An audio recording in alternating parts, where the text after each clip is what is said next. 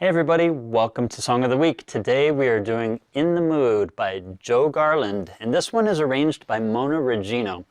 And I'll first start by performing it for you, but I want you to check this out. I have a speaker here, and I've plugged this into my audio system. This has such a cool background accompaniment that I want it to be in like a band environment because there's a bass player and a drummer. So it's really fun to play along with this one. An excellent arrangement. And we'll go ahead and play it first, and then let's break it down. 1, 2, set, go.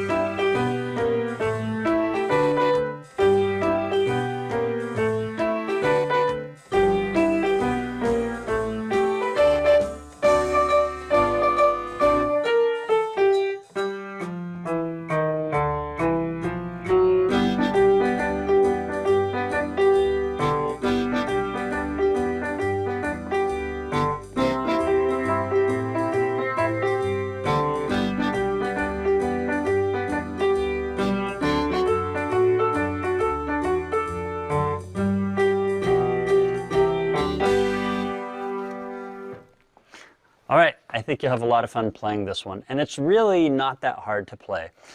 One thing that is a little tricky is swing.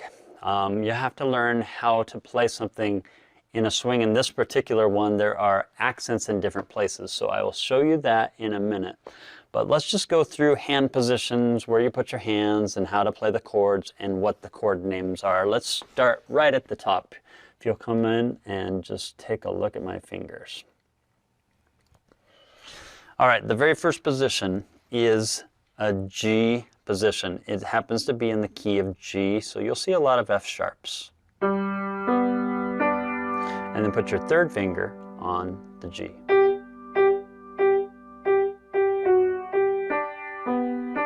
Cross under, and then there's your G chord. Now we'll move up here. Do that again. Now we'll move position. Again. Move to the C position. And now we'll go to the G chord, and we'll just do an arpeggio 3 times. Actually 4. And then you'll do it again. 2, 3, and 4. Now do the same thing on the C chord. Up once, twice, 3 times, and 4. And then back to G and do that 4 times. Do the D chord 4 times. 1, 2, 3, and 4. And then end on G.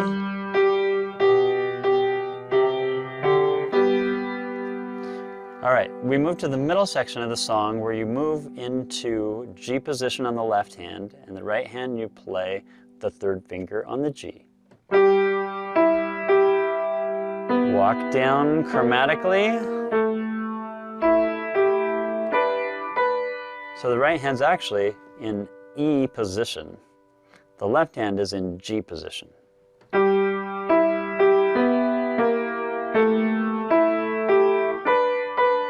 And then do it a third time. Move to the G position. And then just stay on the Ds. Walk down the B flat. And then you have your cool little walking bass line. And then throw in an F sharp. And right back to your swing.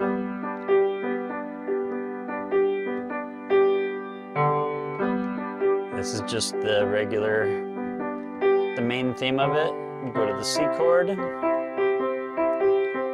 It's exactly the same as before. Back to the G. Last one is the D chord. Before heading back to G.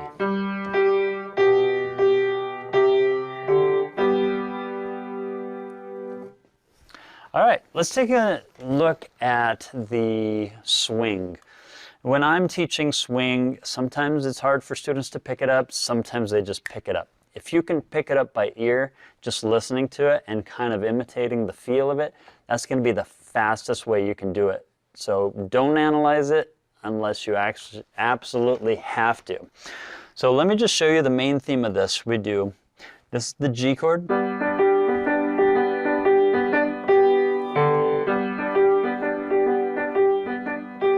If you don't know what swing is, let me just give you an idea of what playing it straight sounds like.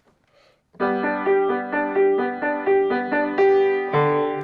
2, 3. If I were to count that, it counts 1 and 2 and 3 and 4 and 1 and 2 and 3 and 4 and 1 and 2 and 3 and 4 and 1, 1 and 2, and everything is even. 1 and 2 and 1 and 2 and. When you swing it, you delay the and just a little bit. So it goes 1 and 2 and 1 and 2, 1 and 2 and 3 and 4 and 1 and 2 and 3 and 4 and 1 and 2 and 3 and 4. So the next tricky spot, once you get that swung, is knowing where to put the accents so it doesn't sound like this. You still want to put the accents on the heavy beats and sometimes on the end. So here we go. This particular song you want to do 1 and 2 and 3 and 4 and 1 and 2 and 3 and 4, 1 and 2, 3. So I put it on the 2, 1 and 2. My and was very light, 1 and 2 and 3. The 3 was a little heavier. What makes this tricky is that sometimes the accent's on your thumb, sometimes it's on your pinky, and sometimes it's in your second finger. There it is there, and then the pinky, and then the second finger, and then the thumb. 1 and 2 and 3 and 4 and 1 and 2. And then on that last one, even though it's on an and, you want to throw a little bit of an accent on that. 1, 2, and 3, and 4, and 1, and 2, and 3.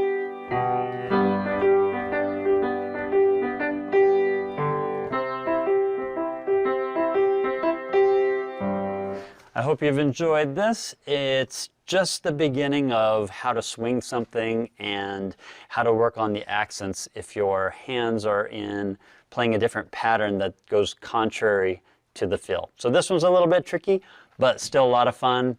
Enjoy the song of the week. And next week, we get to do something completely different.